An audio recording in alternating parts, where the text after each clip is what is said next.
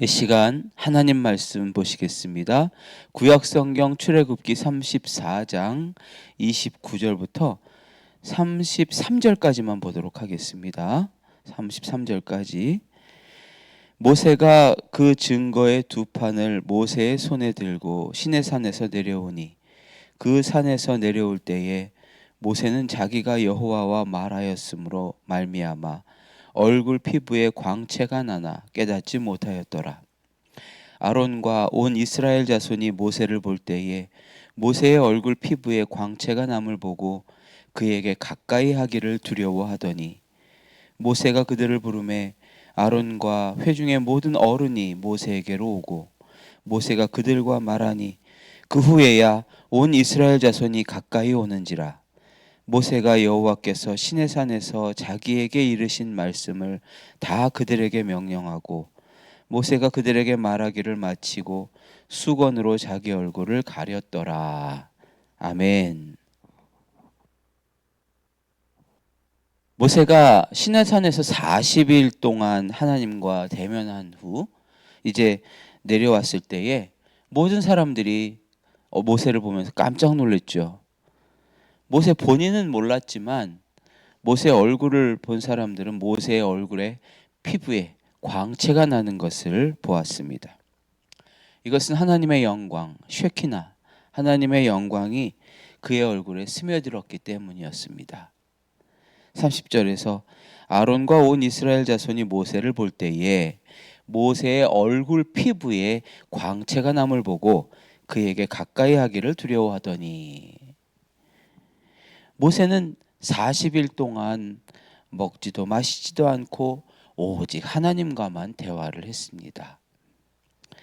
모세가 하나님의 그 거룩한 빛 앞에 오랫동안 머물러 있다 보니까 하나님의 영광의 빛이 모세의 얼굴 세포 하나하나에 영향을 미쳐가지고 얼굴 세포에 하나님의 빛이 담겨진 것이었어요. 하나님의 거룩한 영광이 인간의 육체에 닿을 때 초자연적인 현상이 일어난 것이죠. 이 하나님을 계속 바라보는 사람들은 하나님의 빛이 어리게 돼 있습니다. 시편 34편 5절에서도 보면 주를 앙망하는 자는 광채를 내고 그들의 얼굴은 부끄럽지 아니하리로다 이렇게 말씀하고 있거든요. 사도행전 6장 15절에 보면 스데반 집사님이 이스라엘 종교 지도자들에게 잡혀서 공회에서 재판받을 때 사람들이 깜짝 놀랐다고 했어요. 공회 중에 앉은 사람들이 스데반을 주목하여 보니 그 얼굴이 천사의 얼굴과 같더라 이렇게 기록하고 있습니다. 스데반 집사님은 재판 자리에 서 있었지만 그의 눈은 하늘을 향해 있었죠. 성령이 충만해서 하늘을 우러러 하나님의 영광과 예수님께서 하나님의 우편에 서 계신 것을 보았어요. 하나님을 바라볼 때 인간적인 두려움들은 다 사라지고 하늘의 평강이 하나님의 빛이 그 집사님의 얼굴 위에 임한 것입니다. 우리 성도들에게 필요한 게 바로 이거예요. 하나님 앞에 머물러서 하나님의 영광을 바라보는 거예요. 모세의 얼굴 광채는 하나님의 임재 앞에 머물렀기 때문에 그래요. 여러분의 얼굴은 무엇에 노출되어 있습니까? 계속 뉴스나 SNS에 이 부정적인 것들이 자꾸 노출이 되면 여러분의 안색은 빛나는 게 아니라 오히려 어두워집니다. 그러나 생명의 말씀이 여러분의 얼굴에 자꾸 노출이 되고 그러면 여러분의 영혼은 여러분의 얼굴은 점점 빛나기 시작할 거예요. 33절을 보면 또 모세가 참 흥미롭게 반응을 해요. 모세가 그들에게 말하기를 마치고 수건으로 자기 얼굴을 가렸더라. 아니 모세는 그 영광스러운 그 얼굴의 광채를 왜 수건으로 가렸을까요? 이 행동에는 깊은 영적인 배려가 담겨 있는 것이죠. 모세는 자기 얼굴에서 빛나는 그 빛이 백성들에게 위압감을 주는 것 혹은 자신을 신격화하는 도구가 되는 것이 되지 않기를 바랬어요. 고린도후서 3장 13절에 보면 또 모세가 수건으로 자기 얼굴을 가린 이유를 설명하고 있는데 없어질 것의 결국을 보지 못하게 하려고 그렇게 했다. 이렇게 말씀하고 있습니다. 그러니까 없어질 것의 결국이 뭐예요? 얼굴에 빛나는 광채. 이게 영원한 게 아니라는 거예요.